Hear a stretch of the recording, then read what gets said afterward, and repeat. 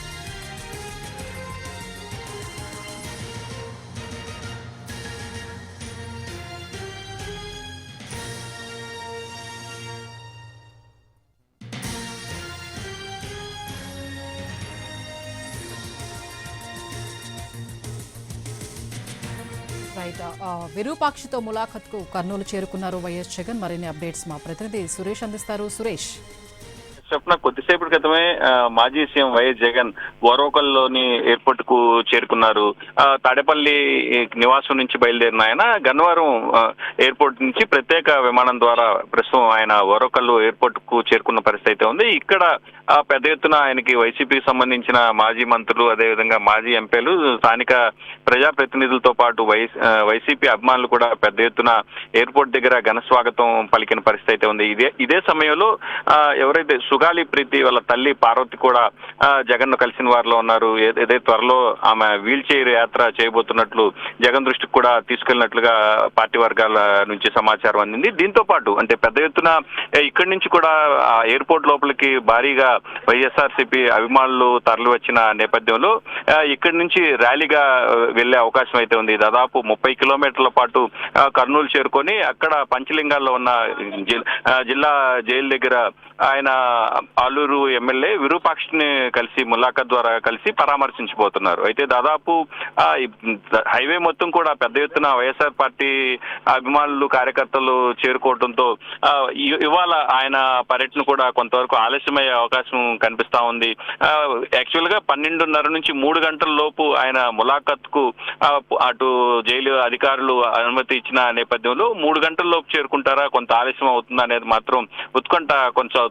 గత కొద్దిగా రోజులుగా చూసినట్టయితే గత పర్యటనలో కూడా శ్రీకాకుళంలో ఆయన మాజీ మంత్రి సిదిరి అప్పలరాజుని కలిసే నేపథ్యంలో కూడా 11 గంటలకు విశాఖలో విమానాశ్రయంలో ఆయన ప్రత్యేక విమానం ద్వారా వచ్చినప్పటికీ కూడా అక్కడి నుంచి శ్రీకాకుళం చేరుకునే సమయానికి దాదాపు 5 గంటల వరకు పట్టడం, సాయంత్రం 5 గంటల సమయాన్ని దాటిన తర్వాత ఆయనకు ములాఖత్ అవకాశం లేకుండా పోయింది. అయితే దీంతో ఆయన ఇవాళ మాత్రం పర్యటన ఆలస్యం కాకుండా చూసేందుకు వైఎస్ఆర్ పార్టీ శ్రేణులు మాత్రం మొత్తం సమాయత్తమైన పరిస్థితి అయితే కనిపిస్తా ఉంది. మరోవైపు పోలీసుల ఆంక్షలు కూడా కొనసాగుతున్నాయి. ఆయన కాన్వాయ్ తో కేవలం కాన్వాయ్ వెహికల్స్ మాత్రమే పోలీసులు అనుమతిస్తున్నారు.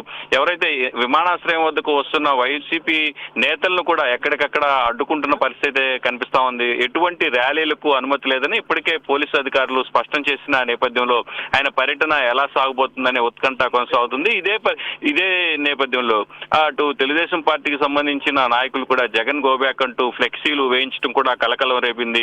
అంటే ఇప్పటికే పోలీసులు సమాయత్తమై ఆ ఫ్లెక్సీలను తొలగించినప్పటికీ రహదారి మధ్యలో ఏమన్నా ఇట్లాంటి ఫ్లెక్సీలను ఏర్పాటు చేస్తారా, లేకపోతే పర్యటనకి ఏదన్నా ఇబ్బందికరమైన పరిస్థితులు తలెత్తాయనే కోణంలో కూడా పోలీసులు కట్టుదిట్టమైన భద్రతా చర్యలు చేపట్టారు. ఇప్పటికే జిల్లా వ్యాప్తంగా 30 యాక్ట్ అమల్లో ఉన్నందున ర్యాలీలకు అనుమతి లేదు అని చెప్పేసి పోలీసులు చెప్తున్న నేపథ్యంలో గత పర్యటనల మాదిరిగానే ఈ పర్యటన కూడా కొనసాగితే ఇటు వైఎస్ఆర్ పార్టీ నాయకుల మీద కూడా కేసులు నమోదయ్యే అవకాశం అయితే కనిపిస్తా ఉంది. మొత్తం మీద దాదాపు 30 కిలోమీటర్ల మేర ర్యాలీ కొనసాగనున్న నేపథ్యంలో పెద్ద ఎత్తున ఇటు వాహనాలు కూడా రోడ్డు మీదకి చేరుకోవడంతో ఇప్పటికే ట్రాఫిక్ పూర్తి స్థాయిలో స్తంభించిపోయింది. మరికొద్ది సేపట్లో ఆయన ఈ హైవే ద్వారా పంచలింగాల్లో ఉన్న జిల్లా జైలుకు చేరుకొని మా ఎమ్మెల్యే ఆలూరు విరూపాక్షిని ములాఖాత్ ద్వారా కలిసే అవకాశం ఉంది. అయితే